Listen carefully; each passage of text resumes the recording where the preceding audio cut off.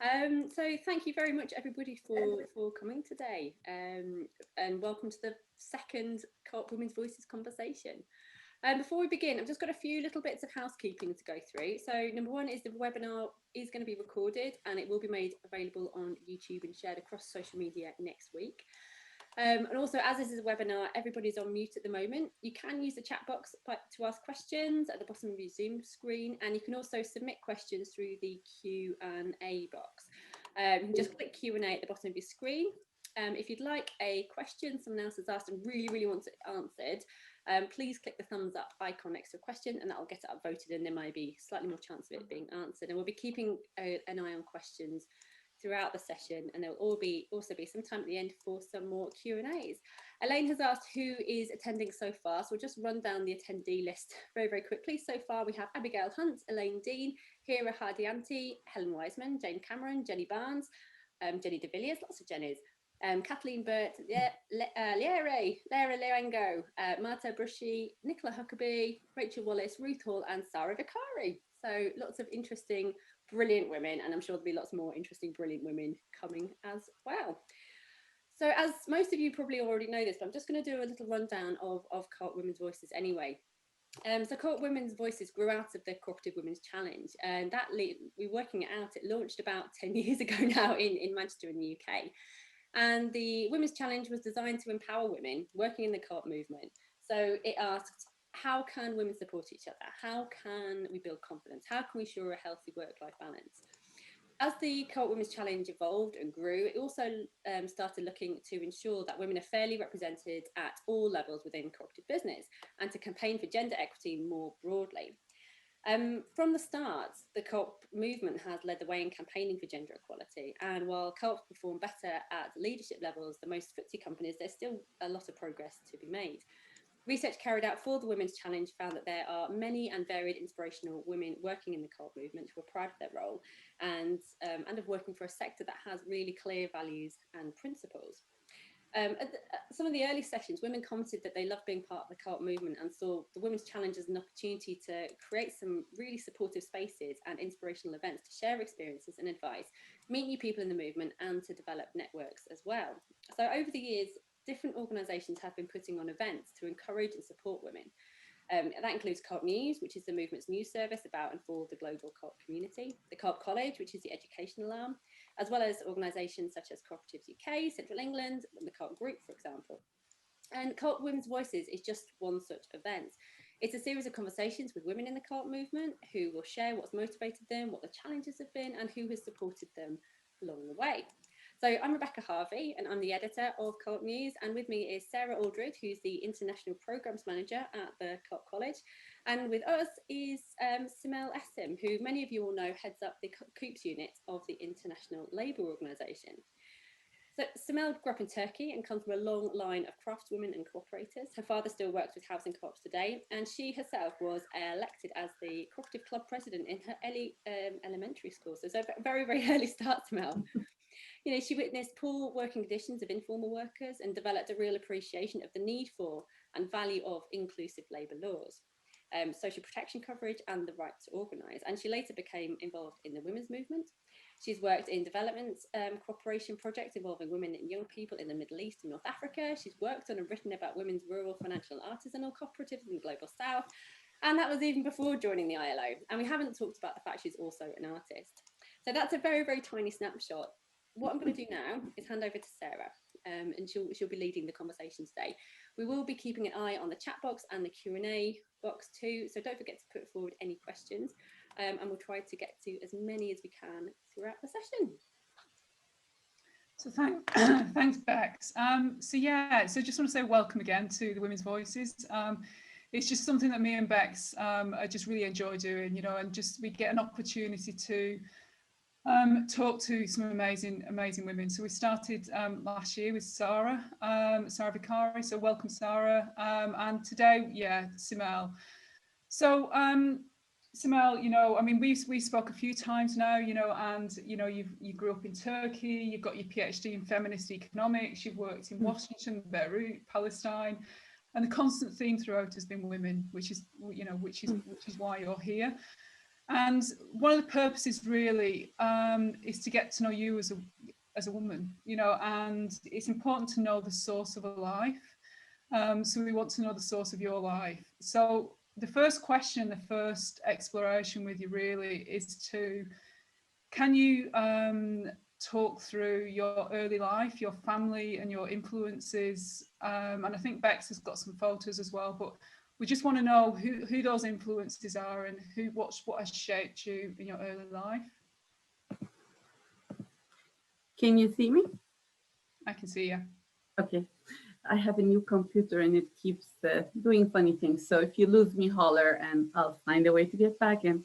Thanks a lot, Sarah and Becky. It's in fact fun to be on this side of the table. As you know, we just came out of marking the centennial of the ILO's CoOP unit last year. And through the course of that year, I got to interview more than 30 cooperative leaders, researchers, practitioners from around the world. So this time around, I'm doing more the talking than probing and listening. And as Sarah and I, when we were brainstorming about this webinar, I was saying, you know, it's so much easier to talk about issues and things we care about rather than, you know, the self. And I think this is something maybe a lot of women struggle with. So I'll do my best. And if I overdo it because I'm not so well practiced in it, please stop me. On your question about cooperatives, now that I look back at it, I realize that they were always there as I was growing up. Maybe I was not so aware of them. My parents, as Becky mentioned, were members of a housing cooperative, which afforded them a small apartment where we would spend our summers on the beach as I was growing up. And my dad was always active on the management. And I remember him being very passionate about it and spending days and nights and accounts, explaining it to us why it was important to get it right, the conflicts, the negotiations, and so that's, you know, one thing. And the other was that they were also a member of a they were user members of a consumer cooperative.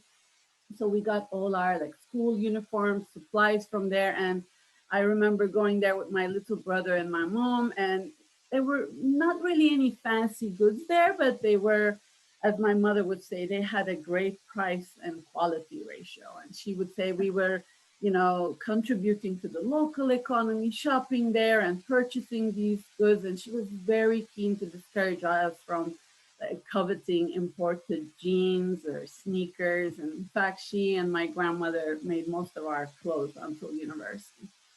The region where I grew up, the Aegean, the western region of Turkey, also had a lot of cooperatives, agricultural marketing especially. I remember like all the olives, olive oil, olive soap, dried figs, raisins were purchased from there. Tarish, this big agricultural marketing cooperative, was a household name for us growing up. And there was, as Becky mentioned, a co-op club in elementary school. It was responsible for running the school canteen, but it was also all about raising awareness around local products, specific to different regions, the value of consuming. It was produced locally, supporting the local producers. And I'm thinking now how important that is, like in the context of the pandemic and how we've seen how fragile supply chains are, and the importance of cultivating local production for food security. So There was one particular village I remember. Oh, you wanted me to have a look? Yeah, Okay. no, because I'm just conscious Bex is showing some pictures now of, Oh, okay. and I just want to bring you back to you, really, you know. And this is, I mean, it's all fascinating, but we've got some. You've shared some real family photographs as well. So maybe can you see them, Simel? Yes, I do. So because I know you've talked to me in the past about your grandma, you know, and your mother, and how they've been really influential to you. So who could you just talk about the pictures as well, and just who are in these pictures? Sure, that's me and my mom and my little brother. That's my maternal grandma in the orange orchards where my mother grew up. And the one with the white headscarf is my great maternal grandmother, who was from Sofia, and she had seen the Balkan Wars and the First World War and the Independence War from the colonial powers. and she basically raised her kids as a seamstress. So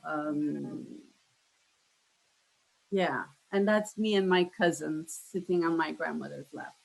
Yeah. Again, two cousins, and this is like around the orange orchard, which was a really free time. We would play in mud. You can see there's some mud boots there, I think, and you know, jump in the irrigation canals, and you know, go get the eggs and uh, water the, you know, peach tree, and that would be the peaches of that tree would be then yours to do as you please.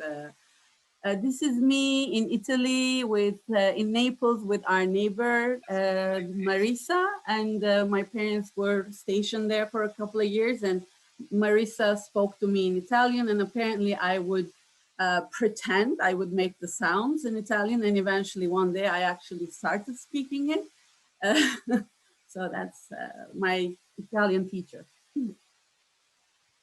And who's That's me and my grandmother again around this orchard on the um, east of the Mediterranean, the eastern corner of the Mediterranean. Yeah. Yes, it's with great? my mom going around somewhere, Yeah. traveling.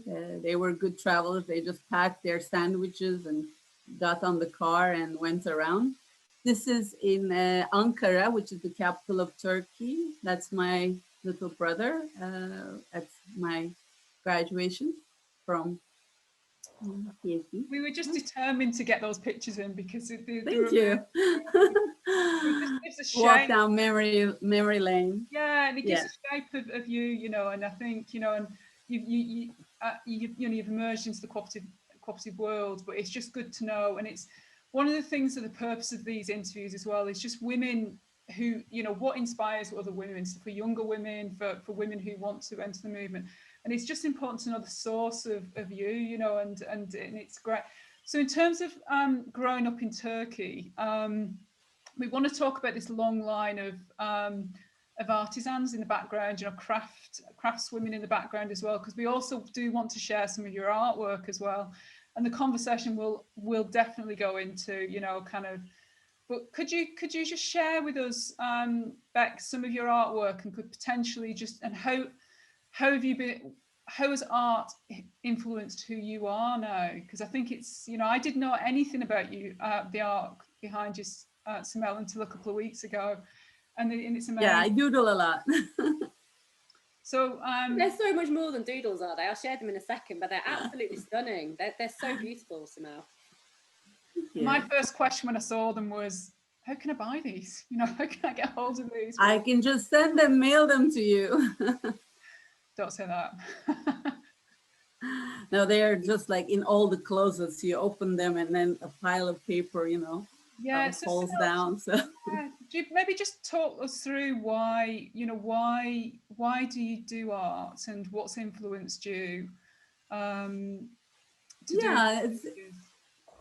As you mentioned, I mean, there's this long line of craftswomen who have shaped my perceptions of art, both my paternal grandmother from Troy and my maternal great-grandmother from Sofia made a living as skilled seamstresses. And during that time, the sewing meant a lot of also embroidery work. So they were very good at doing things with their hands and working with textiles, designs, buttons, the thread and needle. It's something that I would sit with them and try to learn. And I would, you know, growing also up on the Aegean, as I was mentioning, there was a lot of time just, you know, sitting around the water, the sea, and a favorite pastime was, you know, making sand art. So we collecting driftwood and pebbles and rocks and shells and sea glass, and then, you know, making these, knowing full well the next day they wouldn't be there because, you know, the water would come, the high tide would come and, you know, take them away. But it was also, you know, fun to learn about, you know, impermanence of things, I think, and the transience of time, and And then I did a lot of collage and macrame and stained glass, batik, ceramics. I love doing ceramics. You know, Friday evening, people would be going out all decked out to party, and I would go to my ceramics class and come out all like, you know, muddy with like my pots in my hand. But you know, doing pottery requires a ceramic studio setup, and if you're on the move, you can't really do it. But with doodling, all you need is a bunch of colorful pens and a sketching pad, and then you go. And for me, you know, when I do it, I feel like, you know, the cave artist or indigenous, you know, artist. It's a child within me comes out to do whatever I want. I'm not trained in anything and in the arts, so yeah, it's just an outlet for self-expression. And I sometimes do it on paper, canvas, but also whatever I get my hands on, ceramic, glass, leather, wood. Yeah. Did you want to show some? Oh, you're showing them already. Yeah, no, they've been scrolling while you've been talking, Simel. We've been So yeah, they have different themes. So there is like a series called Protection from Evil Eye. There is another series called Futurama. There is, yeah, the funny bird. This is, yeah, this has some eyes. There's a lot of eyes in them. This just came out in Geneva.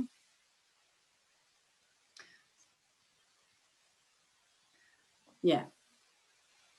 I mean, I just think, I mean, and the art, I mean, it's just a great storytelling tool as well, isn't it? I mean, when I was doing my research, I was looking at community art in post-conflict. It was just amazing to see all this artwork that was coming out of community to tell stories as well, you know, to stories of the time or a reflection of what you see. So I just wanted, we had to get family photos and we had to get some artwork in this interview. So thank you, Simel.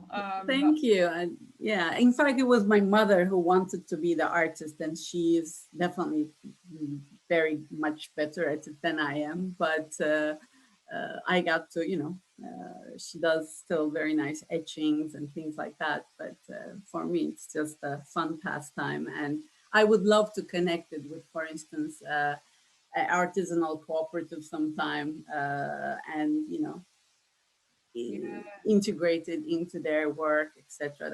That's one of my dreams. I hope to get a website going, but also collaborate with some crafts women to bring them more to life, like pillowcases and throws and scarves and things. There's a couple of comments in the chat already. So Helen says, it's lovely to hear Mel's passion for art. They're beautiful, beautiful colours.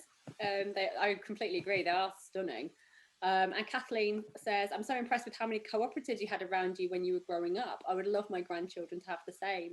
I mean, I'm the same.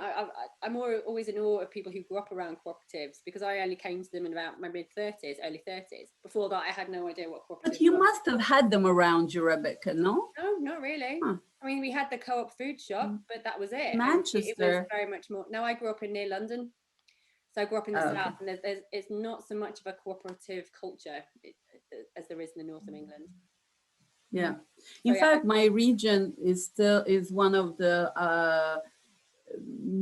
renaissance, is now going through a renaissance of cooperatives, a new generation of cooperatives, a lot of young people, a lot of women-led cooperatives also, in crafts and food processing, in child care.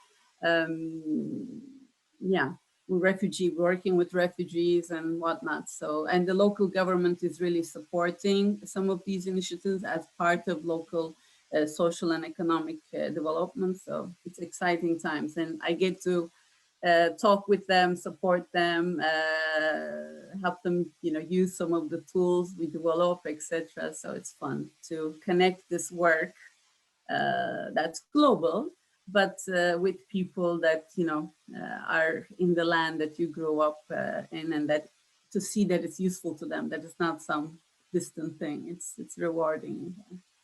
Yeah, and I think so Simel, we're gonna weave through that, and I'm taking you back now to when you're leaving Turkey. So what was it, because I'm determined to take you through your life really. So what was it that what was the reason you left Turkey? What did you then go on to do?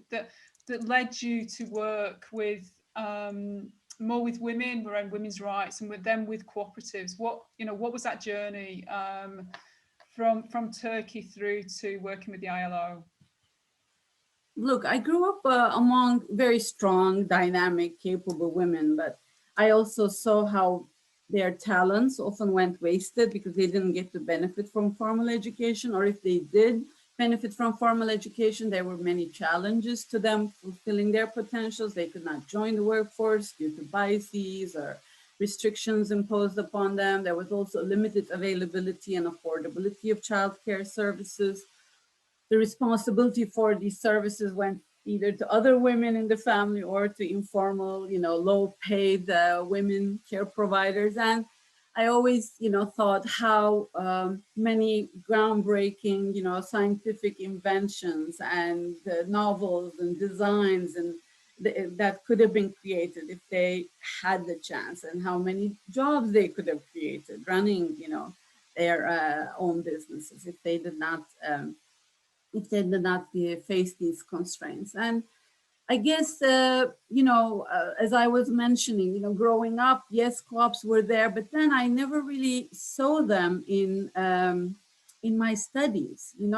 I studied all this history, political science, sociology, economics. I did not learn about the value of cooperation, cooperativism, mutualism. And I did come across them again in my PhD work as I was doing a degree on gender and development economics. I'm one of the first graduates of this feminist economics program. And I was interviewing women in Turkey in 7 provinces in the informal economy, urban informal economy. And I kept coming across these self-help groups, rotating saving groups, cooperatives during the field work, and talking with them about their struggles around cooperatives, because they knew instinctively the value of coming together, but they had very little know-how about how to get it right. And they were struggling with taxes, they were struggling with space, they were struggling with political capture. And these were very important, lessons to me. I really got the bug, economic organizing. I didn't really have it as, social and solidarity economy or as cooperative or mutual, but it was, you really need to help women economically organize. Yeah. And then later on, when I worked with domestic workers, home-based workers, this was pre-ILO, when I was working with a women's research organization, Action Research kind of group. And these were also the years that I got to engage with Self-Employed Women's Association India, and collaborated with this international network of women in the informal economy, globalizing organizing. So these were very formative experiences for me, and I became very convinced about the value of these collectives and how it's important to support them, especially for women. Do you think that women are more attractive to cooperatives than men are? And this is a question from Kathleen, and I think it fits in quite well here. Because do you think women are also more attracted to that idea of collectivism and collaboration than men, in your experience? Yeah, one of my passions is, of course, field work. Really firsthand talking with grassroots women to, understand what they need and what they're struggling with. But the other is statistics. And I think, I was able to see through in my time at ILO Co-op, the adoption of guidelines on statistics of cooperatives these guidelines were adopted in 2018. And now the proof is in the pudding. How do we use these guidelines to help get, harmonized, sex disaggregated and comparable statistics? And one of the answers to this question is, we don't know. We don't have the evidence. Yes, we have some bits and pieces, like in Iran, women's labor force participation in cooperatives is higher than their overall labor force participation. We know that for a fact. But for most of we don't have the statistics to be able to say it. Yes, of course, women are drawn to cooperatives, the collective, the risk sharing, responsibility sharing, pooling of know-how and resources. This, when you're coming from especially in rural areas where there's very few opportunities for women, even if they may be majority of the agricultural workers, you may not see them in the leadership of these institutions like agricultural cooperatives in many parts of the world. Or if they are in urban areas that they have migrated from rural to urban areas, and there's very few opportunities for them in these labor markets. So coming together to be able to produce together, purchase together, produce together, market together is out of necessity to improve their, access to income, and while they couldn't do something they couldn't be able to do as individuals. So can I just ask as well, around, because I know we've talked about it in this background, and it came up in the last interview that we had with Sarah, was just this idea of social protection as well, some of the implicit benefits for women that co-ops give as well, because I know you've done quite a bit of work around gender-based violence and things like that. So do you see the role of cooperatives in that wider impact as well, the wider community security, so social security angle, really?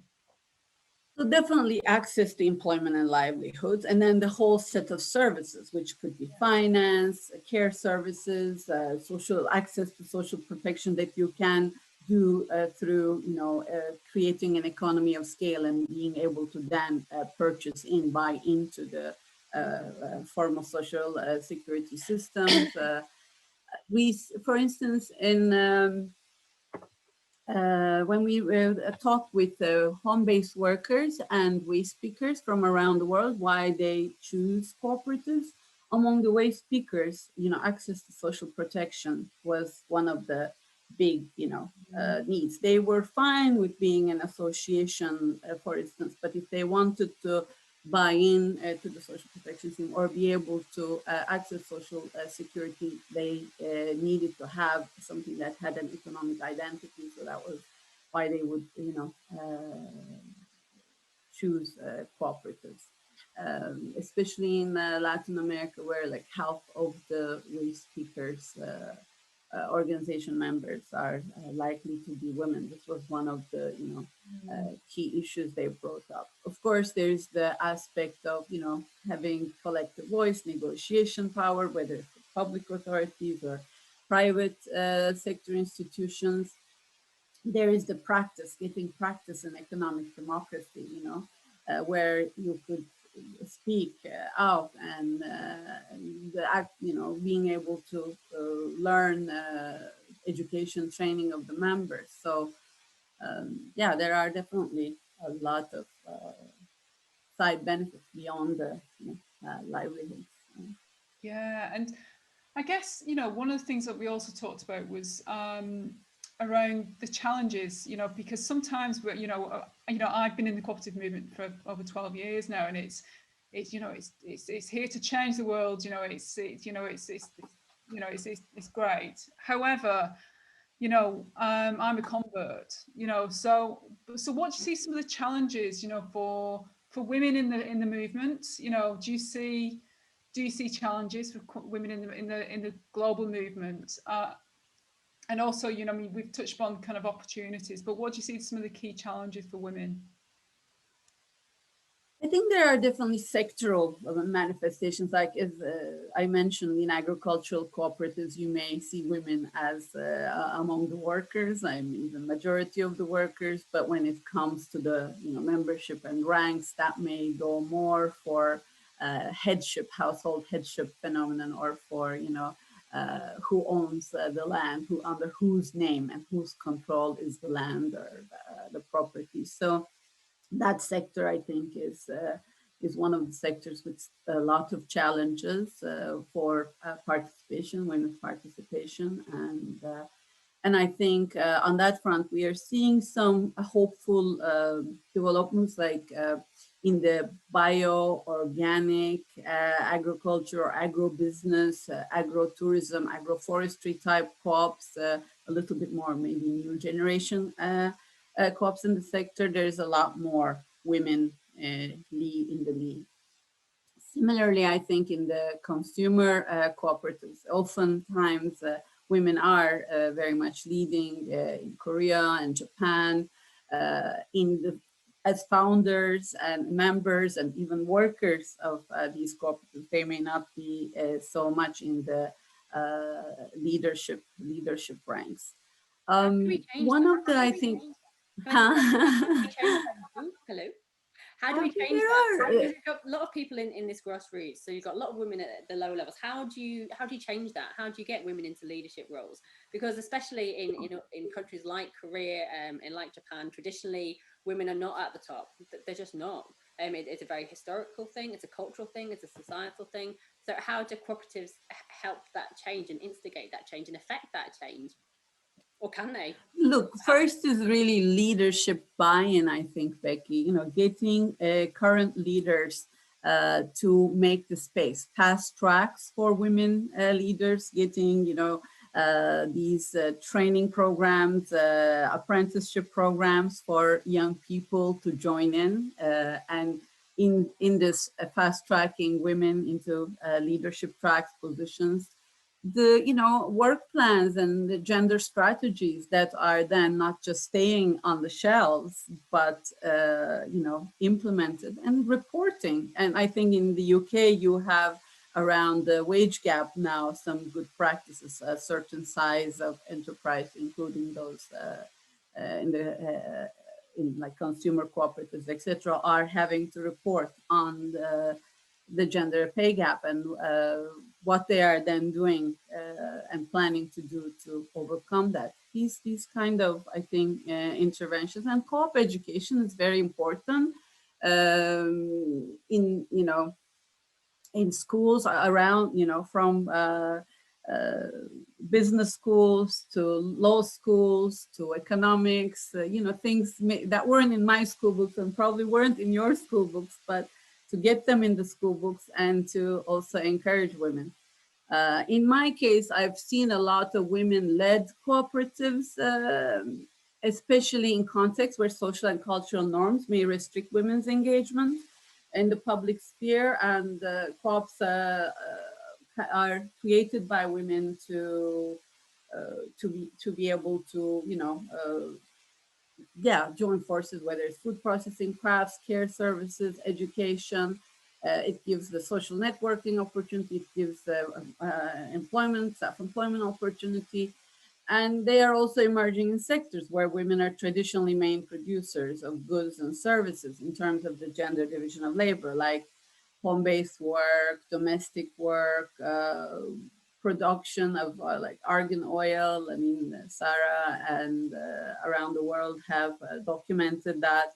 In the Brazil also nuts, and I think for instance, like childcare needs. You know, these women-led co-ops are addressing things that their members are really facing, like health, life, crop insurance, and childcare issues. So they're creating this space. Some people are saying, "Oh, but this isn't. You cannot have this co-op. Our open membership." Yes, but you know, there are certain contexts and there are certain sectors, subsectors where the activities are very women concentrated. Look at the care sector, for instance. I mean, we've also done some work research around this. I mean, majority of the founders, beneficiaries, users, workers are women, and in this sector, doing the co-op model is in fact filling a gap of where availability of public services is limited and the affordability of private sector providers is an issue. And in this case, as members, women care workers can make better income in these care cooperatives than they would, let's say, in the public or the private sector. One big issue is, of course, burnout and, you know, feeling a great deal of ownership and connection to the work, and being very passionate and committed, and not knowing where to stop, or being expected not to stop and fill all the gaps where they see them. Yeah, and I've just seen a question actually from Nicola, and I guess that segues really nicely actually, because Nicola asks, how would you encourage more women in cooperative leadership to mentor other women? And I guess that's around all aspects, I guess, so that kind of burnout, or so how can, what would be the ways that you could set up systems to mentor other women? I mean, I think the answer is in her question. These mentorship, big sister, little sister programs are great. And I think, getting this co-op model into the schools where women are concentrated in is an idea. Co-op outreach to women's schools, women's groups, etc., is a way. And then within the membership, doing orientation training on leadership, and encouraging management and leadership training, and encouraging women. And that comes back to my question, bringing it all back to you, Simel. Okay. So who have been the role models for you? Who have been your female role models? And what I'm going to do, yeah, I guess I started to. Sorry, I'm just going Sorry? I'm going to share some more images here as well. So if you want to talk through some of them as well, that Okay. Did you want me to do that now, or you want me to talk and then you tell me when to talk about the photos? Okay, you'll tell me. So Hello? Yeah, Bex. Okay, this is actually one of my favorite feminist economists. She's Lekha, and she's works on gender budgeting in India, public finance economist, and we've done quite a bit of work together on gender responsive budgeting around the world. That is, the people here. There. Yeah, Dame Polly. That's my mom on the beach. We look very burnt. I look overburned, yes. Very crispy.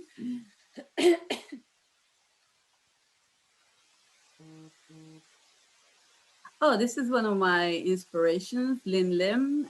She wrote about sex workers' rights, and organizing at ILO at the time when, it was hard to talk about those things. So I've always followed her from the side of my eye when I was growing up, studying, and got to meet her and call her my friend. So inspiring woman from Malaysia.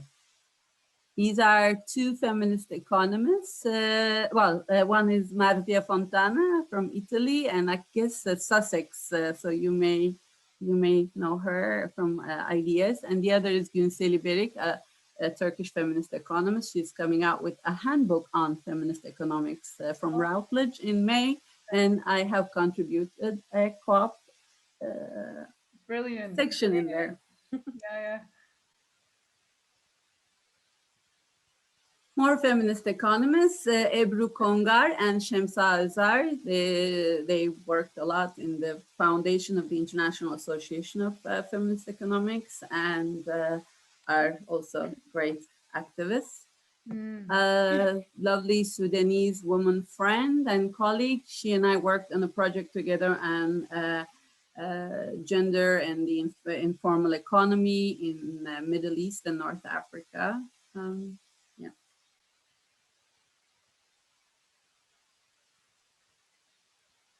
You know her, Co-op College,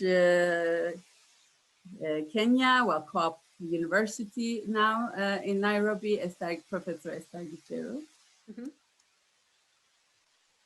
He's a great, also a very inspiring woman, and she contributed to the International Labour Organization's Future of Work Global Commission's the deliberations around rural women.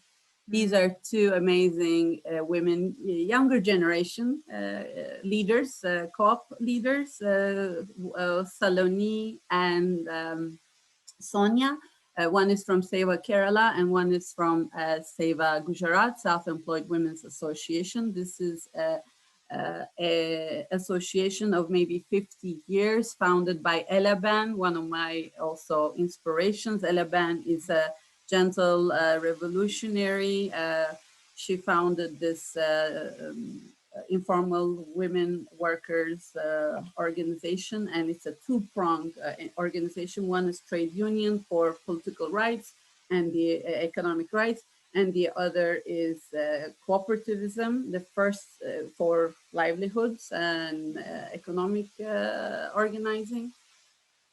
And yeah, Elaban has also founded many international initiatives like Women's World Banking.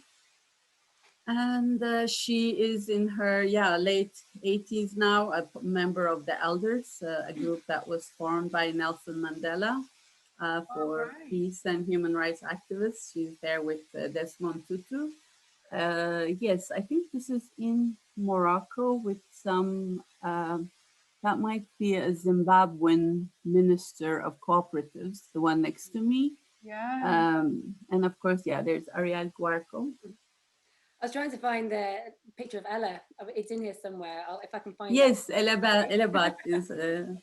Yeah, that would be great. Yeah, that's great. And it's there again. It's just having the and yeah, as Elaine says, the elders are brilliant, and I think we all need elders really. And that's a whole. There again, that's one of the outcomes of these women's voices conversations is to talk to and be inspired by role models really. And I think that's why we, just seeing through some of those pictures really is, who are your role models and who've influenced you to where you are now.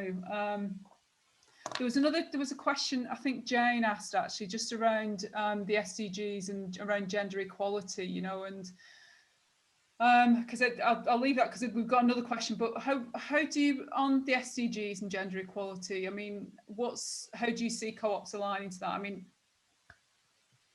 when SDGs were first coming around, we did a survey with cooperators around, what SDGs they thought cooperatives most contributed to.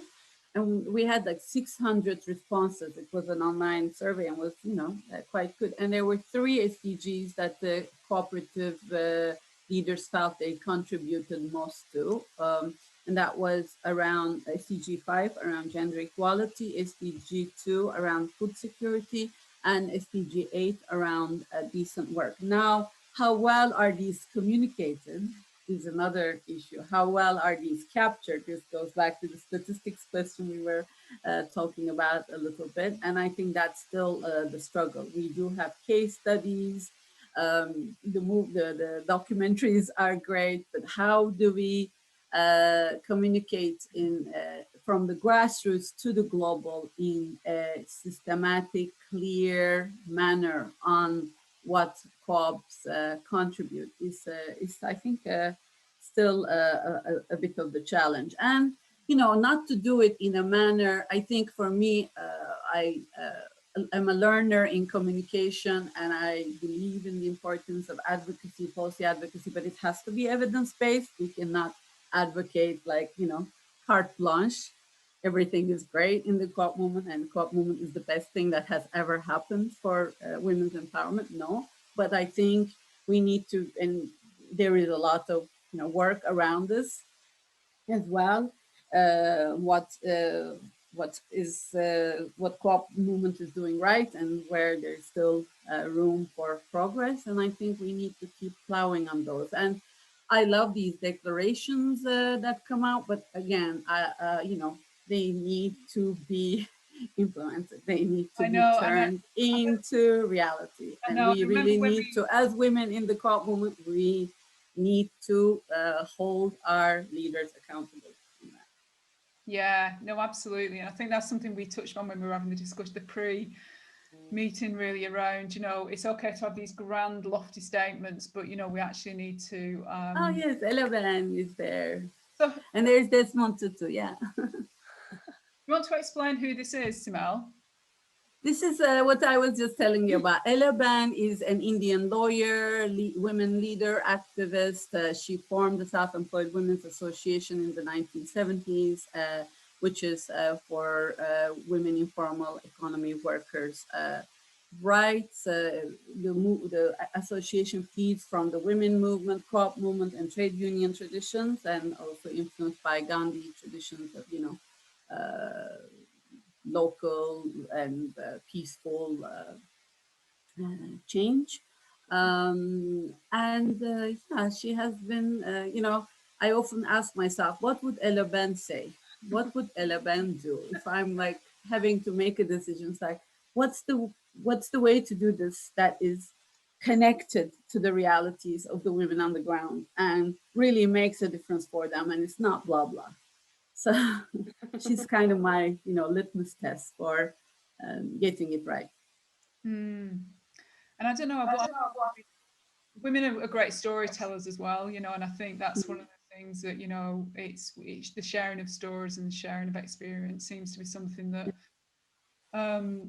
is a rich theme across women's lives, really. And it's great just to see all these role models. And I think I am segueing onto we've got 10 minutes left, and I've got two questions. There's one question we will ask throughout every single interview, so I'll come to that in a minute. But you've got, just imagine, we've got a group of women who know nothing about the cooperative movement. What message would you, in today's world, what message would you, as a role model, Simel, and someone, who's, kind of highly experienced in the movement, what message would you be giving to women in today's world? I guess, when I saw this question, it reminded me of this book, and I shared the book with you. It's a book from 2007, put together by two women activists, talking to 100 women activists from 45 countries around the world to tell their stories. And the book is, their stories of hope, fear, struggle, self-worth, selflessness. And the title is "What's the Point of the Revolution if we cannot dance?" Beautiful. And it is, isn't it? And I think, we touched upon this a little earlier, research on women's movement, those working in women's movements, worker movements, care sectors where women are majority, shows that there's a great deal of burnout and not forgetting to take care of ourselves. And this does not mean while we are taking care of others, issues, movements that we care about, and this does not mean we stop caring, but we need to remember to take care of ourselves, and we need to remind each other of this. We need to stay safe and well so we can keep the love and passion for the work and for each other. Valuing oneself, one's time, knowing one's worth, and knowing when to take a break. It took me a long time and a couple of burnouts before I was finally comfortable with saying, that's it for the day. I will take a break now. I will come back to it refreshed, rested, and re-energized tomorrow. And I'm very grateful and lucky to have found what makes me happy, working with people who care about rights, justice, equality, contributing to causes, issues that make a difference, the power of the collective. This gives me joy. But I also try to do other things that make me happy, like doodling. And so my message would be to all of us at any point in our lives is not to forget to dance or do whatever it is that gives us joy, lifts us up, energizes us, and remind each other not to forget to do that. I think we're all desperate to dance at the minute, aren't we? I mean, I know. I remember one Association for Women's Rights and Development conference. It was in Guadalajara in Mexico. I think it was in 2000 maybe. And we were in this very, the local mayor of Guadalajara was doing a reception for us, so we were all sitting, being proper, although we had just come from, a protest against the femicide in Guadalajara within the export processing zones. Then, you know, there were these beautiful pumpkin soup in the bread containers, carved, you know, bread crust. And then it started pouring rain. And then the mariachi were still playing, you know, they kept playing and we kept sitting. But then the soup was like pouring out, like from cauldrons. And, you know, we all kind of started moving around. We didn't have any place to go under cover. So there was music and we started to dance. And, you know, it was amazing. We don't have any pictures from that, but that's one of my favorite times. We got to dance. So. No, and just to say, because you've tweeted, so if anyone wants to find the book, Simel tweeted, because I can share, I think, here too. Let me see if it's open on my computer. Yes, it's open. That's my next read, basically, just reading about just the various women that were interviewed. Here it is. I sent it. Great. Okay, so I just encourage people to download it, actually, because it looks absolutely fantastic, and anything with the word dance in it, you know, I'm on there. Really. So, and we're just in such a lockdown world. It's like just people are just dancing in the living rooms or wherever. So we need a big co-op party, women's dance troupe or something at the end of all this. Well, Simel, I'm conscious of time, so we've got possibly 5 minutes, and there's a question we asked Sarah Vicari, so we're going to ask you: if you are stranded, you're on a desert island, you have 3 items you can take with you to sustain you. What would they be? What would they be?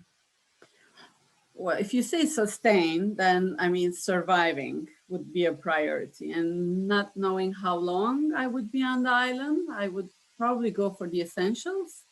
Water is life, so I would have a simple, I don't know, salt water survival bottle or a compact desalination kit or something, and this would be with me if I have to jump off a boat or from a sinking boat and I have to swim. It would need to be like in a life backpack or, you know, stuck with a hook to my pants so I can swim. This is very, very practical. I'm going to come. No, I'm sorry.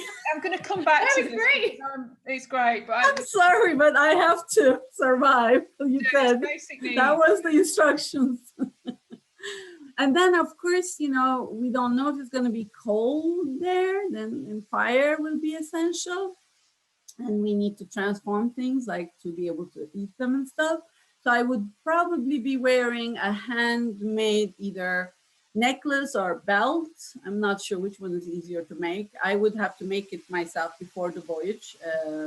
And it would have to have stones and seeds on it, like flintstone, like quartz or obsidian or something like that. But not only that, it would have to have seeds either in a, you know, like a pendant, on the pendant, or it could be, you know, on the belt. And they would have to be seeds that are like edible plants, survive in hot weather, like in sand and desert.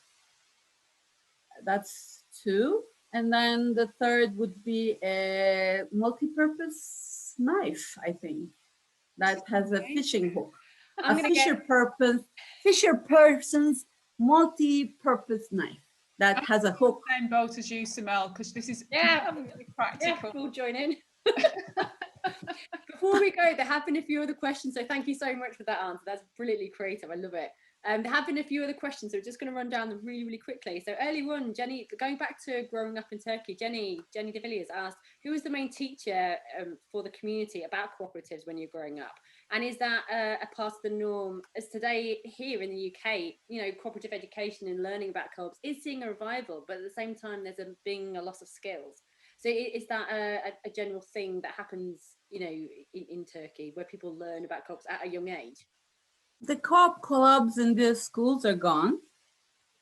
There is a new generation of young people very interested in community level action, and their co-op learning and, you know, solidarity movement learning is really flourishing. I remember in our case, you know, learning by seeing, doing. We went to a village that was a co-op village, and it had these greenhouses of flowers, and it was a multi-purpose cooperative. And I remember it still, closing my eyes so vividly, the flowers, the carnations there and the narcissus there. And then they had a toy museum that was great. It was all a part of the co-op, and they had a library and they had a theater troupe. And I remember thinking, oh my God, if every village could be like this, wouldn't this be awesome? And people wouldn't have to leave their villages and go to cities and, become precarious laborers. So I think that was like probably of all the teachers on co-op, that was like one. And then of course you during the field work, talking to the women cooperators, those were my teachers. Afterwards, I got to meet co-op leaders from Turkey, around the world. The problem for me was always like those that were the passionate change makers in the 40s, 1940s, like with housing co-ops, were still there in 2000, 10. And there is that need for leadership change, and for those people with the new ideas and new types of co-ops that are responding to the time to come on board. And the co-op principle 6, co-op to co-op cooperation, is essential here for those well-established co-ops to give a hand and support those newcomers. Well, talking about co-op to co-op collaboration, Nicola Huckabee earlier asked, with your global hat on, is anyone developing an online shop for all producer co-ops to sell their wares? And with COVID, we've seen the relentless growth of Amazon. What can we do about it? Is there anything in the pipeline that you've seen about? Like a There's a couple of these efforts I know, like Fairmondo, although they have had a lot of struggles, and I think they haven't yet, gotten it right. In the fair trade movement, there are some of these. In India, there are, for instance, some online marketplaces organized through co-ops. Seva has its own online, marketplace. I think it would be a great idea, Nicola, if we could get a list going of these, online marketplaces. I mean, Valentine's, Mother Days, Christmases, New Year's, and circulate them and keep adding to that list. I'm happy to start one, and let's roll it over and see if we can get a nice one going. Great idea. That's a brilliant Thanks idea. for that. Like that. And probably the last question, probably if we've got time for, is again from Nicola actually. She said, you've lived in so many beautiful places. Where's home? Where do you call home?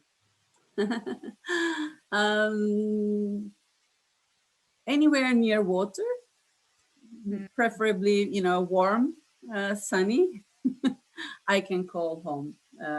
Mediterranean is what I know better, but it could be elsewhere. I know that my hometown has seen a lot of disasters, earthquakes, and flooding in the last year. So I'm also very cognizant of what we are doing to the world with and how living on the seaside is becoming. Those communities are getting more and more under threat. But I would still like to be somewhere near water. Wonderful. Thank you so much, Simel. That's been an absolute Thank you. Thank you. And as someone said earlier on, I'm not sure who said it, but thank you for letting us into your world and seeing the source of you and the source of your cooperative journey and your cooperative adventure. It's been I think Abigail. Yeah. Thanks, Abigail, for joining. Thank you. Thank you very much. Thank you. Thank you. Yeah, and thanks to everyone. Great initiative. And it's been an absolute joy, Simel. Absolute joy. I mean, complete inspiration. We do, and just for the next one, so we're hoping to do this every month. So Rose Marley, who's the new chief exec of Coops UK, is going to be the next one in March. So just watch this space. But Simel, just to say thank you for sharing your life, your art, and your family with us. So thank you for pushing me to talk about myself. Not, I mean, a little bit of issues, but myself. Thank you. No, it's a joy. It's an absolute joy. So we're going to stay on because Simel, we just want a bit of a debrief with you. But thank you, everybody else, and hopefully we'll see you at the next one. And yeah, we'll see you all soon. Take care. Thank you. Bye-bye. Bye.